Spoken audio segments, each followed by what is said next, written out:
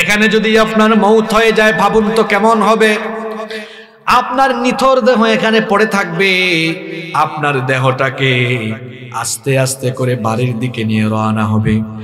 বাড়িতে আপনার এই মরদেহ গেলে আর কিন্তু আপনার দামি খাটে আপনাকে শোয়ানো হবে না, সঙ্গে সঙ্গে আপনাকে মাটিতে শুইয়ে রাখা হবে। আপনার এই মরদেহ দেখে আপনার পরিবার পরিজন সবাই কান্নাকাটি আরম্ভ করবে, হাউমাউ করে চিৎকার করে কান্নাকাটি শুরু হবে। কিন্তু এই হাউমাউ করে চিৎকার চেঁচামেচি করে কান্নাকাটি বেশিক্ষণ কিন্তু থাকবে না, অল্প কিছুক্ষণ কান্নাকাটির পরে সবাই মিটিং এ বসে যাবে। মিটিং এ বসবে, বসে সিদ্ধান্ত নিবে লাশ বেশিক্ষণ রাখা যাবে না, মাগরিবের পরে মারা গিয়েছেন বলবে যত তাড়াতাড়ি সম্ভব রাত 10টার ভিতরে জানাজা দিয়ে দাও। সিদ্ধান্ত হয়ে যাবে এমন।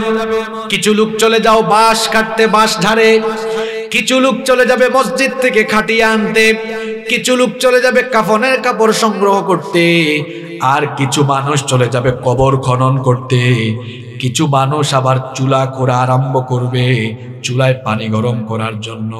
চতুর্দিকে একটা আয়োজন শুরু হবে। এটা হলো আপনার জীবনের শেষ বিদায়ের আয়োজন। এরকম একটা আয়োজন আমার জন্য, আমাদের সবার জন্য আছে না নাই? ভাবুন তো কেমন হবে। বেশিক্ষণ লাশ রাখা হবে না। আপনার পরিবার পরিজন বন্ধু বান্ধব এসে আপনাকে দেখবে আর আফসোস করবে, কিন্তু আপনাকে আর তারা দুনিয়ার জীবনে ফিরিয়ে আনতে পারবে না। কিছুক্ষণের মধ্যে পানি গরম হয়ে যাবে। যে বাড়িটা এত সুন্দর করে বানালেন, 2 কোটি 3 কোটি 4 কোটি টাকা দিয়ে বাড়ি বানালেন, ওই বাড়ি থেকে এবার সারা জীবনের জন্য আপনার দেহটাকে এবার বের করা হবে। বের করে গোসল দেওয়ার জায়গায় নেওয়া হবে। গোসল দেওয়ার জায়গায় নিয়ে সেখানে এবার খুব সাধারণ সাবান দিয়ে গোসল দেওয়া হবে। আপনি ধনী মানুষ, দামি দামি ব্র্যান্ডের শাওয়ার জেল, দামি দামি ব্র্যান্ডের সোপ দিয়ে, দামি দামি ব্র্যান্ডের সাবান দিয়ে আপনি গোসল করেছেন। এবার আপনাকে গোসল দেওয়া হবে খুব নরমাল সাবান দিয়ে। গোসল যখন কমপ্লিট হয়ে যাবে, এত দামি দামি ব্র্যান্ডের কাপড় চোপড় শরীর থেকে খুলে ফেলা হবে, সাদা কাফন দিয়ে পেঁচায় ফেলা হবে। সাদা কাফন দিয়ে পেঁচিয়ে এরপরে মসজিদ থেকে আনা খাটিয়ার মধ্যে ল্যাপ নাই, তুষক নাই, ম্যাট্রেস নাই, কিছুই নাই, ওই খাটিয়ার উপরে আপনার নিথর দেহটা ফেলে রাখা হবে। কিছুক্ষণের জন্য আপনার মাথার দিক থেকে কাফনের কাপড় খুলে দেওয়া হবে, যাতে করে পরিচিত জনরা শেষবারের জন্য দেখে নেয়। শেষবারের মতো দেখা কমপ্লিট হয়ে গেলে এত টাকা দিয়ে বানানো বাড়ি, এই বাড়ি থেকে এবার সবাই আপনাকে চিরদিনের জন্য বিদায় দিয়ে দিবে। কোনোদিন আর এই বাড়িতে আপনার দেহ ঢুকবে না। আপনাকে ওই বাড়ি থেকে বের করে দেওয়া হবে। এবার খাটিয়া নিয়ে জানাজার মাঠে যাওয়ার পরে আর তো মাত্র কিছুক্ষণ, জানাজা দেওয়ার পরে কবরটাও প্রস্তুত, কবরে যাওয়া হবে। সারা জীবন আপনি পরিষ্কার পরিচ্ছন্ন পরিপাটি বিছানায় ঘুমিয়েছেন, এবার কবরে গিয়ে দেখা যাবে খুব অল্প ন্যারো 3.5 হাত কবর খনন করা হয়েছে। সেখানে আপনাকে শুইয়ে দেওয়া হবে। কোনো বিছানা নাই, টাইলস নাই, কিচ্ছু নাই। আরে ওই কবর পোকামাকড়, কীট পতঙ্গ, ধুলাবালু যুক্ত, কাদামাটি যুক্ত জায়গা। সেখানে আপনার লাশটা শুইয়ে দিয়ে এরপরে বাঁশের ছাউনি দিয়ে আস্তে আস্তে করে মাটি চাপা দেওয়া হবে। যে ছেলে মেয়ের জন্য নামাজ আদায় করেন নাই, যে চাকরির জন্য, টাকা ইনকামের জন্য, ক্ষমতার জন্য এত কিছু করলেন, আজ আপনার বাড়ির জায়গায়, ছেলে মেয়ের জায়গায়, যে বিবিকে, যে স্ত্রীকে এত ভালোবাসতেন, বিবির জায়গায় কেউ আজকে আপনার সাথে, আরো জোরে বলেন, কেউ আপনার সাথে। সারা জীবন নামাজ ছেড়ে দিলে যে কবরে রাখা হয়েছে, মানুষ কবরে রেখে আসা মাত্রই এই কবর খুব ভালো জায়গা নয়। খবরদার খবরদার খবরদার, বেনামাজি হয়ে কবরে যাইয়েন না। কবর কিন্তু ভালো আচরণ করবে না। এই মাটির উপরে আপনি আজকে দম্ভ ভরে চলাফেরা করেন, মাটিতে পা ফেলে ফেলে হাঁটেন, এই মাটিতে একদিন চলে যাবেন। যখন আমরা লাশ নামায়া দেই তখন আমরা পড়ি মিনহা খালাকনাকুম ওয়া ফিহা নুঈদুকুম ওয়া মিনহা নুখরিজুকুম তারাতান উখরা। এটা অর্থ কি? এটা অর্থ হলো মিনহা খালাকনাকুম, এই মাটি থেকে তোমাকে সৃষ্টি করা হয়েছে, ওয়া ফিহা নুঈদুকুম, এই মাটিতে আজকে আবার তোমাকে ফিরিয়ে দেওয়া হচ্ছে। মাটিতে আপনি বহু দম্ভ ভরে চলাফেরা করেছেন, খবরদার বেনামাজি হয়ে কবরে যাইয়েন না। নতুবা মানুষ যখন কবর দিয়ে উঠে যাবে, কবরের দুই পাশের মাটি এমন একটা চাপ মারবে, এক পাশের পাঁজর গিয়ে অন্য পাশের পাঁজরে এভাবে ঢুকে যাবে, কবরটাকে জাহান্নামের গর্তে পরিণত করে দেওয়া হবে। হাদিসে এসেছে কবরের মধ্যে সাপ দেওয়া হবে, সাপ কামড়াতে থাকবে, কবরের মধ্যে জাহান্নামের আগুন জ্বালিয়ে দেওয়া হবে। জাহান্নামের আগুনে কিন্তু আপনি পুড়তে পারবেন না, ওই জাহান্নামের আগুন সহ্য করতে পারবেন না, বরদাস্ত করতে পারবেন না। কবরের সেই ভয়াবহ আযাব থেকে বাঁচার জন্য কবরে যাওয়ার আগে 5 ওয়াক্ত নামাজি হওয়ার দরকার আছে না নাই? এজন্য আজান হলে নামাজে যান। ফজরের নামাজটাই তো আপনি আল্লাহর গোলামি দিয়া শুরু করতে পারেন না। কিছুক্ষণ আগেই বলেছিলাম আমাদেরকে সৃষ্টি করা হয়েছে কার গোলামের জন্য? আরো জোরে বলেন। যুবকদের কি হয়েছে, কথা বেরোয় না? কার গোলামের জন্য? আজান হলো ফজরের আজান। 5 ওয়াক্ত নামাজের মধ্যে সবচাইতে কঠিন নামাজটা হলো ফজরের নামাজ। কারণ শীতের দিনে ওই টাইমে ঠান্ডা লাগে বেশি, গরমের দিনে ওই টাইমে ঘুম লাগে বেশি। দেখবেন সামনে গরমকাল আসতেছে, সারা রাত যাদের বাসায় এসি আছে তারা তো গরম টের পায় না। এসিওয়ালা বাসায় যারা থাকেন সন্তানগুলোকে মাঝে মাঝে এসি ছাড়া রাখিয়েন, তাহলে গরিব মানুষের কষ্ট বুঝবে। যাদের বাড়িতে এসি নাই তারা জানে রাত 2টা 3টা পর্যন্ত 4টা পর্যন্ত গরমের কারণে ঘুম আসে না। আর লোডশেডিং হইলে তো আরো অবস্থা খারাপ। দেখা যায় ফজরের আজানের আধা ঘন্টা আগে একটু ঠান্ডা ঠান্ডা লাগে, কোমল বাতাস নির্মল বাতাস বয়ে যায়, তখন ঘুম খুব বেশি বেশি লাগে, ঠিক কিনা? ওই সময়টা হলো পরীক্ষার সময়। তখন মুয়াজ্জিন সাহেব মসজিদে বলেন আসসালাতু খায়রুম মিনান নাওম, ঘুমের চাইতে নামাজ উত্তম। আর শয়তান আপনাকে কানের কাছে এসে বলে নামাজের চাইতে ঘুম উত্তম, তুই ঘুমা। তখন যদি আপনি ঘুমায়া থাকেন, চুপ থাকবেন না। সবাই বলেন নামাজে না গিয়ে যদি শয়তানের কথা মতো ঘুমায়া থাকেন, বলেন তো গোলামি হলো আল্লাহর না শয়তানের? আপনার কি একটু লজ্জাও লাগে না? একটু কি শরমও লাগে না? প্রতিটা দিন ফজরের নামাজ ছাইরা দিয়া আপনি মানুষের সুরত দইরা শয়তানের গোলাম হয়ে বসবাস করছেন। আপনার নিজের বিবেক কি আপনাকে বাধা দেয় না? কি কারণে রব্বুল আলামিন আমাকে আপনাকে আমাদেরকে দুনিয়াতে পাঠালেন? কেন আমাদেরকে সৃষ্টি করা হলো? কোরআনুল কারীমের 51 নম্বর সূরা সূরাতুজ যারিয়াত 56 নম্বর আয়াতে রব্বুল আলামিন বললেন ওয়ামা খালাকতুল জিন্না ওয়াল ইনসা ইল্লা লিয়াবুদুন। আল্লাহ তাআলা বলছেন আমি জিন আর মানব জাতিকে সৃষ্টি করেছি শুধুমাত্র আমার গোলামির জন্য, আমার ইবাদতের জন্য। আমাদেরকে একমাত্র যার গোলামির জন্য সৃষ্টি করা হয়েছে, গলার আওয়াজটা বড় করে বলেন তিনি কে? আমাদেরকে আল্লাহর গোলামির জন্য পৃথিবীতে পাঠানো হয়েছে। এখন আমরা কি সত্যিকারার্থে আল্লাহর গোলামি করছি, নাকি আমরা আল্লাহর গোলামি থেকে বিচ্যুতির পথে চলে গিয়েছি? সেটা আমাদের ভাবা দরকার।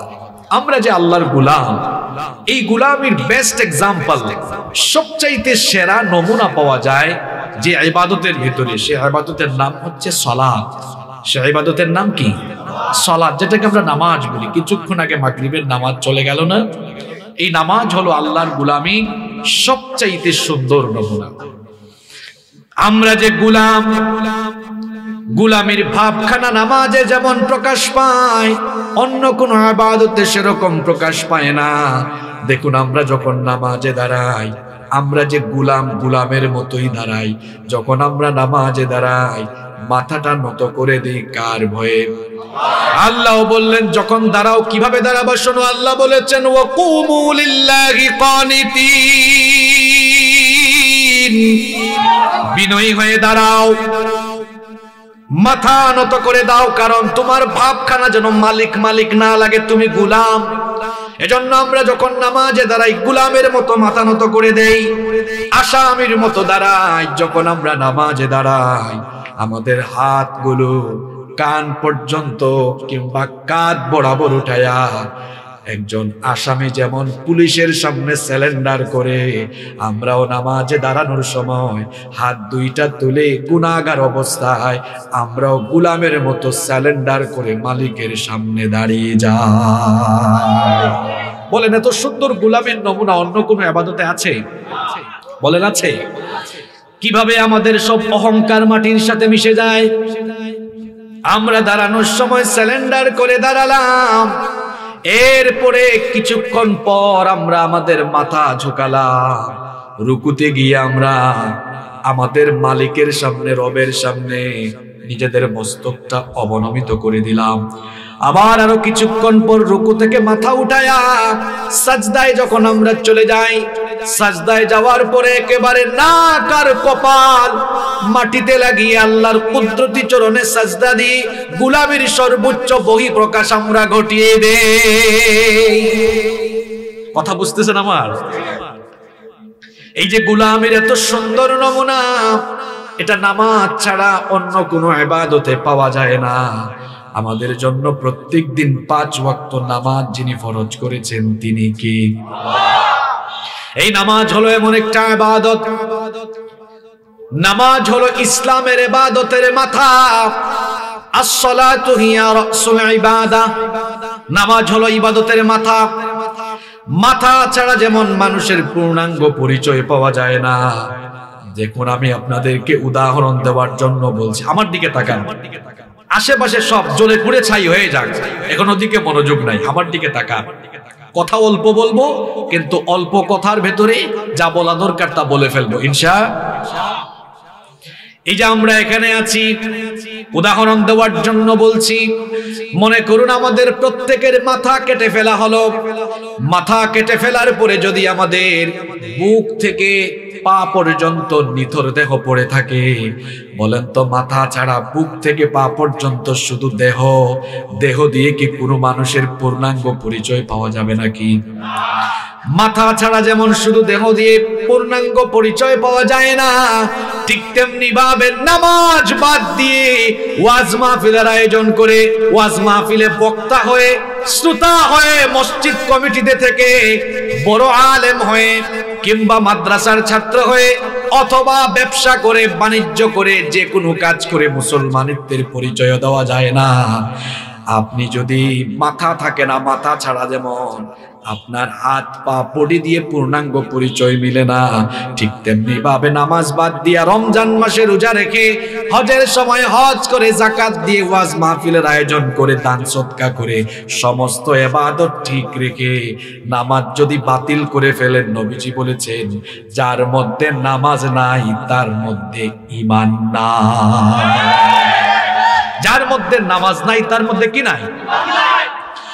100 কোটি টাকা দিয়ে মাহফিলের আয়োজন করার পরে যদি আয়োজক কমিটি নামাজ পড়ে না, বক্তা যদি ওয়াজ করে নামাজ না পড়ে, আর ওয়াজ মাহফিলে যারা এসে আসন অলঙ্কৃত করবে, যারা শ্রোতা এসে মাহফিলের সৌন্দর্য বাড়াবে, কেউ যদি নামাজ না পড়ে, এই ওয়াজ মাহফিল দিয়ে কিচ্ছু হবে না।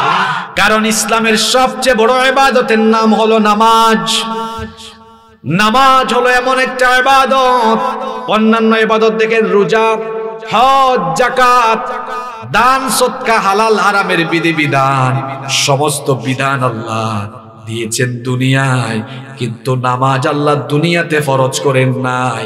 রব্বুল আলামিন তার হাবিবকে ধুলির ধরা থেকে 7 আসমান ভেদ করে সিদরাতুল মুনতাহা পাড়ি দিয়ে ঊর্ধ্বাকাশে গমন করিয়ে 7 আসমানের উপরে বাইতুল মামুরের উপরে আল্লাহর সান্নিধ্যে নিয়ে গিয়ে আল্লাহ আমাদের জন্য নবীজির কাছে 5 ওয়াক্তের নামাজ গিফট করেছে। নামাজ আমাদেরকে গিফট করা হয়েছে মেরাজের রাতে। মেরাজের রাতে নবীজিকে রব্বুল আলামিন তার সান্নিধ্যে নিয়ে গেলেন। নবীজি আল্লাহকে বললেন, ও আল্লাহ, আমি তো তোমার কাছে আসলাম, আমার উম্মত তো মেরাজে আসার সুযোগ পাবে না। রব্বুল আলামিন বললেন, কেন পাবে না? আপনি মেরাজে এসেছেন একবার, আর আপনার উম্মত যেন প্রতিদিন 5 বার মেরাজে আমার সাথে কথা বলতে পারে, এই জন্য আপনার উম্মতের জন্য 5 ওয়াক্তের নামাজকে আমার সাথে 5 বার কথা বলার সুযোগ বানিয়ে দিলাম। প্রথমে 50 ওয়াক্ত নামাজ ফরজ করা হয়েছিল। মুসা নবীর সঙ্গে কথোপকথন করে যেতে যেতে কমাতে কমাতে 5 ওয়াক্ত হলো, কিন্তু আল্লাহ তাআলা নবীজিকে জানিয়ে দিয়েছিলেন 5 ওয়াক্ত নামাজ আদায় করলেও সওয়াব দেওয়ার বেলা আমি 10 গুণ বাড়ায়া দিব। 5 ওয়াক্ত নামাজের জন্য 10 গুণ বাড়ায়া 5 10 50 ওয়াক্ত নামাজের সওয়াব আমি দান করব। এই নামাজ এমন ইবাদত, নবীজি বলেছেন, মান তারাকা সালাতাম মুতাআম্মিদান ফাকাদ কাফারা। ইচ্ছে করে যারা নামাজ ছেড়ে দিবে তারা আল্লাহর সাথে কুফরি করবে। নবীজি আরো বলেছেন, বাইনাল আবদি ওয়াল কুফরি তারকুস সালাহ। আল্লাহর বান্দা আর কাফিরের মধ্যে পার্থক্য হলো নামাজ ছেড়ে দেওয়া। আল্লাহর বান্দা কোনোদিনও নামাজ ছাড়তে পারে না। আল্লাহর বান্দা জীবন দিয়ে দিবে, তাও সে নামাজ ছাড়তে পারে না। নামাজ হলো এমন একটি ইবাদত, এই দুনিয়া আমাদের কারো জন্যই চিরস্থায়ী ঠিকানা নয়। আমাদের আগে যারা দুনিয়াতে এসেছিলেন সবাই দুনিয়া থেকে চলে গিয়েছেন। আমরা আছি, আমরাও থাকবো না। আমরা বড় রিস্কের মধ্যে আছি, রিস্কি জোন। দুনিয়াটা হলো রিস্কি জোন। কেন রিস্কি জোন বললাম? এই যে এখানে আছি, এখনো একটা বিপর্যয় ঘটে, এখানে সবাই আমি শুদ্ধ মরে যেতে পারি। রাতের বেলা আমরা যখন বাড়িতে ঘুমাই, ওটা আরো রিস্কি জোন। হঠাৎ ভূমিকম্প হয়ে তুরস্কের মতো সব ভবন মাটির তলায় চলে যেতে পারে। গাড়িতে আছি, এটা আরো রিস্কি জায়গা। হঠাৎ করে অ্যাক্সিডেন্ট হয়ে আমি শেষ। গতকাল আমি মাহফিলে বলেছিলাম, পৃথিবীতে রিস্কি জোন, গোটা দুনিয়াটাই রিস্কি জোন, একমাত্র মসজিদ ছাড়া। আর সব জায়গা রিস্কি। হাঁটতেছেন, ওখানেও রিস্ক। হঠাৎ করে সাপ একটা এসে কামড়ায় শেষ করে দিবে। কোথাও আপনি নিরাপদ নন, প্রতি মুহূর্তে আপনি ঝুঁকির মধ্যে আছেন। এত ঝুঁকিতে থেকে আপনি নামাজ ছাড়েন কিভাবে? আমার তো বুঝে আসে না। আপনি ফজরের নামাজ ছাইড়ে দিয়ে ঘুমায় আছেন। আরে বাপরে বাপ, আপনার ভাবসাব দেখলে মনে হয় আপনি জোহরের টাইম পাবেন। কেমন করে ঘুমাও তুমি, কেমন করে ঘুমাও তুমি, ফজর করে কাজা, এমন তো হতে পারে জোহরে জানাজা। কি বলেন, হতে পারে কিনা? এশার নামাজ ছাইড়া দিয়া কেমনে ঘুমাইলেন? একটা ভয়াবহ ভূমিকম্প দিয়া ওই খাটের মধ্যে আল্লাহ আপনারে শেষ করে দিতে পারে। পারে কিনা? কথা বলেন, পারে কিনা?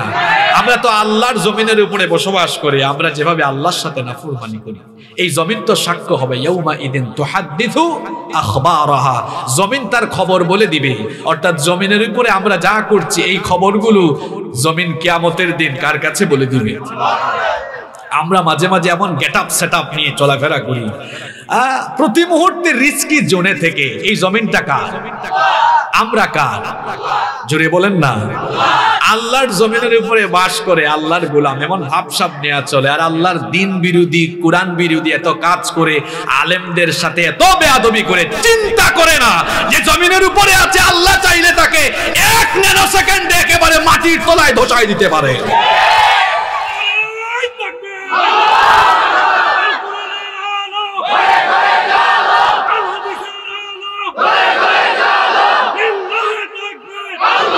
সম্পদের অহংকার কইরেন না, কারণ তার সম্পদ সুদ্ধা জমিনের নিচে চলে গেছে।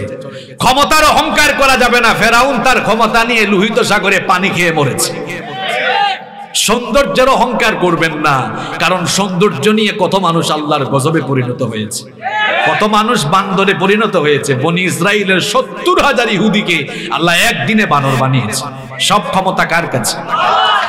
খবরদার নামাজ ছাইরেন না, নামাজ ছাইরেন না। কারণ আমরা যখন এই দুনিয়া ছেড়ে চলে যাব, হাসরের মাঠে আমরা আল্লাহর সামনে দাঁড়াবো, এ ব্যাপারে কি কোনো সন্দেহ আছে নাকি? হাসরের মাঠে আমরা যখন দাঁড়াবো, সবার আগে আল্লাহ নামাজের কথা আমাদেরকে জিজ্ঞেস করবেন। সর্বপ্রথম আল্লাহ নামাজের হিসাব চাইবেন। আল্লাহ জিজ্ঞেস করবেন, হে বান্দা, তুমি যতদিন দুনিয়াতে ছিলে তুমি কি 5 ওয়াক্ত নামাজ আদায় করেছো কিনা? আপনার নামাজের হিসাবে গন্ডগোল থাকলে ফেরেশতারা ডান্ডা বেরি লাগাবে, শিকল পড়াবে। কত কত হাত লম্বা শিকল শুনেন। আল্লাহ বলেছেন, সুম্মা ফি সিলসিলাতিন যারু সুম্মা ফি সিলসিলাতিন, আল্লাহ বলেছেন 70 যিরাআন ফাসলুকু, 70 গজ লম্বা শিকল দিয়ে বেঁধে এরপরে টেনে হিচড়ে জাহান্নামে নেওয়া হবে। জাহান্নামের আগুন কি আপনারা সহ্য করতে পারবেন নাকি? নামাজ ছাড়ার আগে একটু রান্না করে যাইয়েন, অথবা কোথাও আগুন লাগাইয়েন। আগুন জ্বালায়া একটু নিজের হাতখানা আগুনে দিবেন। 20 সেকেন্ড একটু রাখার চেষ্টা করবেন, পারবেন না।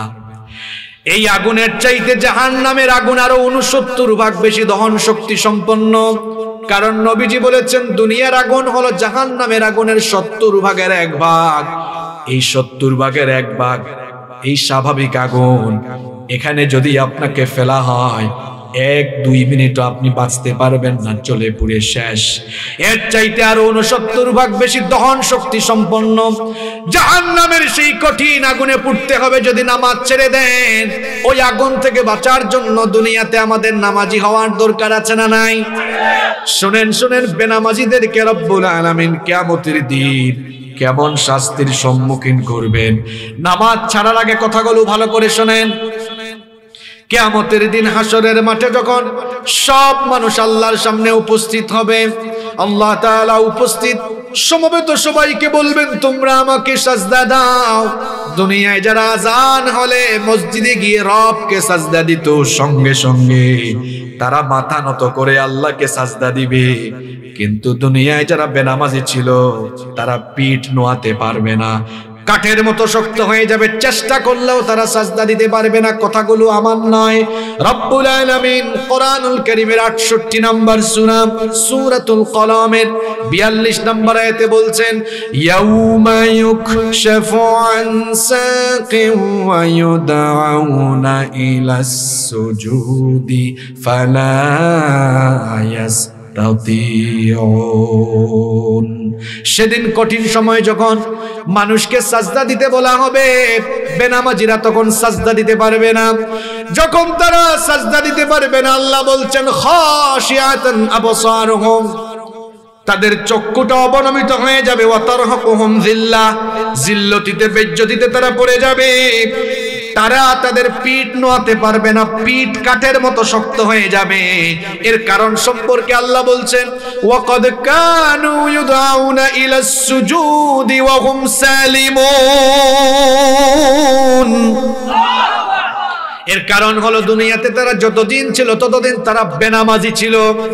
এই বেনামাজিগুলো আল্লাহকে কিয়ামতের দিন সাজদা দিতে পারবে না। এই বেজ্জতি থেকে আমাদেরকে বাঁচার জন্য দুনিয়াতে নামাজি হওয়ার দরকার আছে না নাই? খবরদার নামাজ ছাড়বেন না, নামাজ ছাড়বেন না। কারণ জাহান্নামের আগুন আপনি সহ্য করতে পারবেন না। কি করে নামাজ ছেড়ে দেন, কবরে কখন যাবেন সেটাও তো আপনি জানেন না। হঠাৎ করে আপনার মৌত হয়ে যেতে পারে, মৌতের কোনো গ্যারান্টি নাই। কাপড়ের গ্যারান্টি আছে, জুতার ওয়ারেন্টি গ্যারান্টি আছে, কিন্তু মৌতের কোনো ওয়ারেন্টিও নাই, গ্যারান্টিও নাই। এটা হঠাৎ চলে আসে, পারমিশন নিয়ে আসে না। ফাইদা জাআ আজালুহুম লা ইস্তাখিরুনা সাআতান ওয়া লা ইস্তাকদিমুন। এই মৃত্যুর সময় আসলে বিলম্ব করা হবে না, সঙ্গে সঙ্গে দেহ থেকে প্রাণ পাখি উড়াল দিয়ে দিবে। দুনিয়া ছেড়ে আপনাকে চলে যেতে হবে। আপনি টাকা ইনকামের জন্য, ক্ষমতার জন্য, আপনি আপনার পড়ালেখার জন্য, দায়িত্বের জন্য নামাজ আদায় করেন না। কিন্তু দেখা যাবে আপনি মারা যাওয়ার পরে আপনার দায়িত্ব, আপনার টাকা পয়সা, সন্তান সন্ততি, ঘর বাড়ি কোনো কিছু কাজে লাগবে? শুধু কাজে লাগবে আপনার আমল। ইয়াউমা লা ইয়ানফাউ মালু ওয়ালা বানুন, ধন সম্পদ, সন্তান সন্ততি কিচ্ছু কাজে লাগবে না। একটু ভাবুন, উপলব্ধি করুন, এত টাকা খরচ করে মাহফিলের আয়োজন করলেন, নিজের জীবন নিয়ে আজকে চিন্তা করুন। এই যে আমি সহ আমরা সবাই এখানে বসলাম, আমরা বাড়িতে ফিরতে পারবো এর কি কোনো নিশ্চয়তা আছে নাকি? আমি হাসিবুর রহমান বাসা থেকে বের হয়েছি, বাসায় আমার লাশ যেতে পারে, আমি বাসায় নাও যেতে পারি, আপনিও বাসা থেকে এসেছেন, বাসায় আর আপনি নাও যেতে পারেন, আপনার লাশ ঢুকতে পারে। কি বলেন, এরকম হতে পারে কি পারে না? ভাবুন তো একবার, একটু উপলব্ধি করুন, একটু চিন্তা করুন, মন দিয়ে শুনুন। এখানে যদি এই মুহূর্তে আপনার মৌত হয়, এই মুহূর্তে এখানে আপনার আমার মৌত হওয়া স্বাভাবিক ব্যাপার না অস্বাভাবিক ব্যাপার? খুব স্বাভাবিক ব্যাপার। এখানে যদি আপনার মৌত হয়ে যায়, ভাবুন তো কেমন হবে। আপনার নিথর দেহ এখানে পড়ে থাকবে, আপনার দেহটাকে আস্তে আস্তে করে বাড়ির দিকে নিয়ে রওনা হবে। বাড়িতে আপনার এই মরদেহ গেলে আর কিন্তু আপনার দামি খাটে আপনাকে শোয়ানো হবে না, সঙ্গে সঙ্গে আপনাকে মাটিতে শুইয়ে রাখা হবে। আপনার এই মরদেহ দেখে আপনার পরিবার পরিজন সবাই কান্নাকাটি আরম্ভ করবে, হাউমাউ করে চিৎকার করে কান্নাকাটি শুরু হবে। কিন্তু এই হাউমাউ করে চিৎকার চেঁচামেচি করে কান্নাকাটি বেশিক্ষণ কিন্তু থাকবে না, অল্প কিছুক্ষণ কান্নাকাটির পরে সবাই মিটিং এ বসে যাবে। মিটিং এ বসবে, বসে সিদ্ধান্ত নিবে লাশ বেশিক্ষণ রাখা যাবে না, মাগরিবের পরে মারা গিয়েছেন বলবে, যত তাড়াতাড়ি সম্ভব রাত 10টার ভিতরে জানাজা দিয়ে দাও। সিদ্ধান্ত হয়ে যাবে এমন। কিছু লোক চলে যাও বাঁশ কাটতে, বাঁশ ঝাড়ে, কিছু লোক চলে যাবে মসজিদ থেকে খাটিয়ে আনতে, কিছু লোক চলে যাবে কাফনের কাপড় সংগ্রহ করতে, আর কিছু মানুষ চলে যাবে কবর খনন করতে, কিছু মানুষ আবার চুলা খোঁড়া আরম্ভ করবে চুলায় পানি গরম করার জন্য। চতুর্দিকে একটা আয়োজন শুরু হবে। এটা হলো আপনার জীবনের শেষ বিদায়ের আয়োজন। এরকম একটা আয়োজন আমার জন্য, আমাদের সবার জন্য আছে না নাই? ভাবুন তো কেমন হবে। বেশিক্ষণ লাশ রাখা হবে না, আপনার পরিবার পরিজন বন্ধু বান্ধব এসে আপনাকে দেখবে আর আফসোস করবে, কিন্তু আপনাকে আর তারা দুনিয়ার জীবনে ফিরিয়ে আনতে পারবে। কিছুক্ষণের মধ্যে পানি গরম হয়ে যাবে। যে বাড়িটা এত সুন্দর করে বানালেন, 2 কোটি 3 কোটি 4 কোটি টাকা দিয়ে বাড়ি বানালেন, ওই বাড়ি থেকে এবার সারা জীবনের জন্য আপনার দেহটাকে এবার বের করা হবে। বের করে গোসল দেওয়ার জায়গায় নেওয়া হবে। গোসল দেওয়ার জায়গায় নিয়ে সেখানে এবার খুব সাধারণ সাবান দিয়ে গোসল দেওয়া হবে। আপনি ধনী মানুষ, দামি দামি ব্র্যান্ডের শাওয়ার জেল, দামি দামি ব্র্যান্ডের সোপ দিয়ে, দামি দামি ব্র্যান্ডের সাবান দিয়ে আপনি গোসল করেছেন, এবার আপনাকে গোসল দেওয়া হবে খুব নরমাল সাবান দিয়ে। গোসল যখন কমপ্লিট হয়ে যাবে, এত দামি দামি ব্র্যান্ডের কাপড় চোপড় শরীর থেকে খুলে ফেলা হবে, সাদা কাফন দিয়ে পেঁচায় ফেলা হবে। সাদা কাফন দিয়ে পেঁচিয়ে এরপরে মসজিদ থেকে আনা খাটিয়ার মধ্যে ল্যাপ নাই, তুষক নাই, ম্যাট্রেস নাই, কিছুই নাই, ওই খাটিয়ার উপরে আপনার নিথর দেহটা ফেলে রাখা হবে। কিছুক্ষণের জন্য আপনার মাথার দিক থেকে কাফনের কাপড় খুলে দেওয়া হবে, যাতে করে পরিচিত জনরা শেষবারের জন্য দেখে নেয়। শেষবারের মতো দেখা কমপ্লিট হয়ে গেলে এত টাকা দিয়ে বানানো বাড়ি, এই বাড়ি থেকে এবার সবাই আপনাকে চিরদিনের জন্য বিদায় দিয়ে দিবে। কোনোদিন আর এই বাড়িতে আপনার দেহ ঢুকবে না। আপনাকে ওই বাড়ি থেকে বের করে দেওয়া হবে। এবার খাটিয়া নিয়ে জানাজার মাঠে যাওয়ার পরে আর তো মাত্র কিছুক্ষণ, জানাজা দেওয়ার পরে কবরটাও প্রস্তুত, কবরে যাওয়া হবে। সারা জীবন আপনি পরিষ্কার পরিচ্ছন্ন পরিপাটি বিছানায় ঘুমিয়েছেন। এবার কবরে গিয়ে দেখা যাবে খুব অল্প ন্যারো 3.5 হাত কবর খনন করা হয়েছে, সেখানে আপনাকে শুইয়ে দেওয়া হবে। কোনো বিছানা নাই, টাইলস নাই, কিচ্ছু নাই। আরে ওই কবর পোকামাকড়, কীট পতঙ্গ, ধুলাবালু যুক্ত, কাদামাটি যুক্ত জায়গা, সেখানে আপনার লাশটা শুইয়ে দিয়ে এরপরে বাঁশের ছাউনি দিয়ে আস্তে আস্তে করে মাটি চাপা দেওয়া হবে।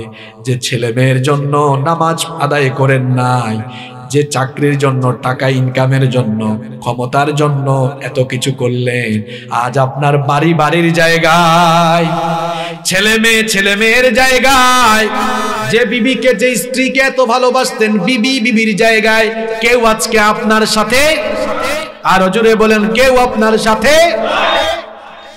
সারা জীবন নামাজ ছেড়ে দিলে যে কবরে রাখা হয়েছে, মানুষ কবরে রেখে আসা মাত্রই এই কবর খুব ভালো জায়গা নয়। খবরদার খবরদার খবরদার, বেনামাজি হয়ে কবরে যাইয়েন না। কবর কিন্তু ভালো আচরণ করবে না। এই মাটির উপরে আপনি আজকে দম্ভ ভরে চলাফেরা করেন, মাটিতে পা ফেলে ফেলে হাঁটেন, এই মাটিতে একদিন চলে যাবেন। যখন আমরা লাশ নামায়া দেই, তখন আমরা পড়ি মিনহা খালাকনাকুম ওয়া ফিহা নুঈদুকুম ওয়া মিনহা নুখরিজুকুম তারাতান উখরা। এটা অর্থ কি? এটা অর্থ হলো মিনহা খালাকনাকুম, এই মাটি থেকে তোমাকে সৃষ্টি করা হয়েছে, ওয়া ফিহা নুঈদুকুম, এই মাটিতে আজকে আবার তোমাকে ফিরিয়ে দেওয়া হচ্ছে। মাটিতে আপনি বহু দম্ভ ভরে চলাফেরা করেছেন, খবরদার বেনামাজি হয়ে কবরে যাইয়েন না। নতুবা মানুষ যখন কবর দিয়ে উঠে যাবে, কবরের দুই পাশের মাটি এমন একটা চাপ মারবে, এক পাশের পাঁজর গিয়ে অন্য পাশের পাঁজরে এভাবে ঢুকে যাবে, কবরটাকে জাহান্নামের গর্তে পরিণত করে দেওয়া হবে। হাদিসে এসেছে কবরের মধ্যে সাপ দেওয়া হবে, সাপ কামড়াতে থাকবে। কবরের মধ্যে জাহান্নামের আগুন জ্বালিয়ে দেওয়া হবে। জাহান্নামের আগুনে কিন্তু আপনি পুড়তে পারবেন না, ওই জাহান্নামের আগুন সহ্য করতে পারবেন না, বরদাস্ত করতে পারবেন না। কবরের সেই ভয়াবহ আযাব থেকে বাঁচার জন্য কবরে যাওয়ার আগে 5 ওয়াক্ত নামাজি হওয়ার দরকার আছে না নাই? এজন্য আজান হলে নামাজে যান। ফজরের নামাজটাই তো আপনি আল্লাহর গোলামি দিয়া শুরু করতে পারেন না। কিছুক্ষণ আগেই বলেছিলাম আমাদেরকে সৃষ্টি করা হয়েছে কার গোলামের জন্য? আরো জোরে বলেন। যুবকদের কি হয়েছে, কথা বের হয় না? কার গোলামের জন্য? আজান হলো ফজরের আজান। 5 ওয়াক্ত নামাজের মধ্যে সবচাইতে কঠিন নামাজটা হলো ফজরের নামাজ। কারণ শীতের দিনে ওই টাইমে ঠান্ডা লাগে বেশি, গরমের দিনে ওই টাইমে ঘুম লাগে বেশি। দেখবেন সামনে গরমকাল আসতেছে, সারা রাত যাদের বাসায় এসি আছে তারা তো গরম টের পায় না। এসিওয়ালা বাসায় যারা থাকেন, সন্তানগুলোকে মাঝে মাঝে এসি ছাড়া রাখিয়েন, তাহলে গরিব মানুষের কষ্ট বুঝবে। যাদের বাড়িতে এসি নাই তারা জানে রাত 2টা 3টা পর্যন্ত, 4টা পর্যন্ত গরমের কারণে ঘুম আসে না। আর লোডশেডিং হইলে তো আরো অবস্থা খারাপ। দেখা যায় ফজরের আজানের আধা ঘন্টা আগে একটু ঠান্ডা ঠান্ডা লাগে, কোমল বাতাস, নির্মল বাতাস বয়ে যায়, তখন ঘুম খুব বেশি বেশি লাগে, ঠিক কিনা? ওই সময়টা হলো পরীক্ষার সময়। তখন মুয়াজ্জিন সাহেব মসজিদে বলেন, আসসালাতু খায়রুম মিনান নাওম, ঘুমের চাইতে নামাজ উত্তম। আর শয়তান আপনাকে কানের কাছে এসে বলে নামাজের চাইতে ঘুম উত্তম, তুই ঘুমা। তখন যদি আপনি ঘুমায়া থাকেন, চুপ থাকবেন না। সবাই বলেন নামাজে না গিয়ে যদি শয়তানের কথা মতো ঘুমায়া থাকেন, বলেন তো গোলামি হলো আল্লাহর না শয়তানের? আপনার কি একটু লজ্জাও লাগে না? একটু কি শরমও লাগে না? প্রতিটা দিন ফজরের নামাজ ছাইরা দিয়া আপনি মানুষের সুরত দইরা শয়তানের গোলাম হয়ে বসবাস করছেন। আপনার নিজের বিবেক কি আপনাকে বাধা দেয় না? সিএনজির পিছনে দেখছি লেখা থাকে বিবেক মানুষের সর্বোচ্চ আদালত। এটা হাদিস নয়, কথা সত্য, কথা বাস্তবিক। তো বিবেক যদি মানুষের সর্বোচ্চ আদালত হয়েই থাকে, আপনাকে আল্লাহ বানাইলেন আল্লাহর গোলামের জন্য, আর ঘুম থেকে আপনি উঠেই শয়তানের কথা মাইনে শয়তানের গোলামি করলেন, আপনি নিজেকে আল্লাহর গোলাম আর দাবি করবেন কিভাবে? হায়া শরম তো না যাব। এভাবে 5 ওয়াক্তের নামাজ চলে যায়, আমাদের কোনো আফসোস নাই। সবচেয়ে দুঃখ লাগে এদের জন্য যারা 5 ওয়াক্তের নামাজ ছাইরা দিয়া আফসোস করে না। কিন্তু এই দুনিয়াতে আমরা বহু মানুষ দেখেছি, যদি তাকবীরে উলা ছুটে যায় সারাটা দিন শুধু আফসোস করে। তাকবীরে উলা বুঝেন তো? এক লোক নামাজে আসলে তার আফসোসই লাগে না, আর আরেক লোক 5 ওয়াক্ত নামাজ পড়ে কিন্তু কোনো কারণে তাকবীরে উলা ছুটে গিয়েছে, আফসোস করে। দুই মানুষ কি একরকম? দুইজন তো একরকম নয়। 5 ওয়াক্ত নামাজ ছাড়ার পরেও যাদের অনুশোচনা আসে না, এই মানুষগুলোর কলিজার মধ্যে একেবারে শয়তানের প্রতারণার জাল বিস্তার করে ফেলেছে।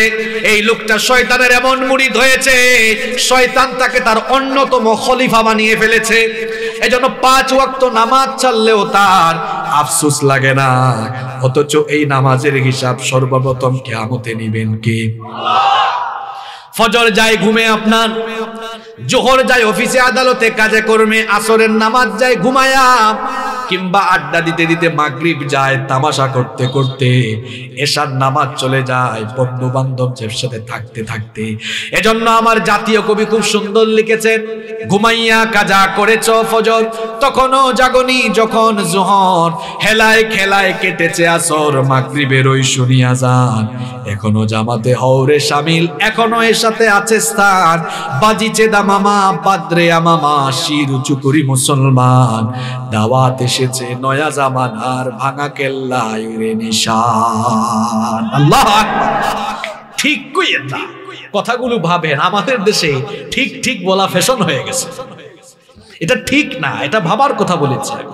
কি লিখেছেন দেখেছেন, ঘুমাইয়া কাজা করেছ ফজর, তখনও জাগনি যখন জোহর, হেলায় খেলায় কেটেছে আসর, মাগরিবের ওই শুনিয়া যান, এখনো জামাতে হও শামিল, এখনো এর সাথে আছে স্থান। কি সুন্দর লিখেছেন। যুবকরা মনে মনে ভাবছে হুজুর আমরা বুড়া হই, এরপরে নামাজ আদায় করব, বুড়া হবে, এটা কে তোমাকে বলেছে? কিছুদিন আগে আমার বাড়ির পাশের বাড়িতে আমার চেয়ে বয়সে 10 বছরের ছোট ছেলে হঠাৎ করে মরে গিয়েছে। তাহলে বোঝা গেল দুনিয়াতে আসার সিরিয়াল আছে, কিন্তু যাওয়ার কোনো সিরিয়াল। যুবক ভাইদেরকে বলছি, ছাত্র ভাইদেরকে বলছি, মসজিদে নামাজের সামনের কাতার তোমরা ফিল আপ করে দিবা। কারণ হলো যৌবন বয়সে ইবাদত এর দাম কম না বেশি? এই যে আমার বাবাজান চাচাজান যারা আছেন, বুড়া বয়স হইলে দেখা যায় মাজায় ব্যথা, কোমরে ব্যথা, মেরুদণ্ডে ব্যথা, হাঁটুতে ব্যথা, ঠিক মতো রুকু দেওয়া যায় না, সাজদা দেওয়া যায় না, লম্বা সময় নামাজ আদায় করা যায় না। কিন্তু যৌবন বয়সে ফিজিক্যালি ফিট, সুন্দর করে রুকু দেওয়া যায়, সুন্দর করে